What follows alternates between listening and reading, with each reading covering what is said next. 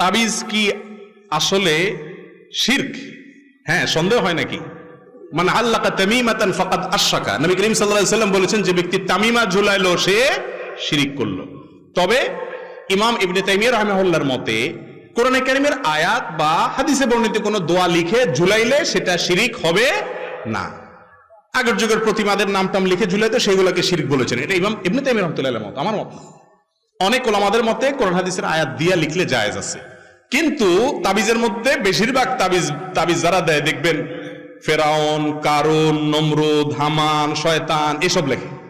ইয়া জিব্রাইল, ইয়া মিকাইল, এগুলো যে হারাম এ ব্যাপারে কোনো সন্দেহ নাই। আর 2 নম্বর কথা হলো যে তাবিজ ব্যবহার করা, দেওয়া, এটা যে সুন্নাহ বিরোধী কাজ, এটার বিরোধিতা করার মতো কোনো মৌলবী দুনিয়াতে জন্ম নেয় নাই।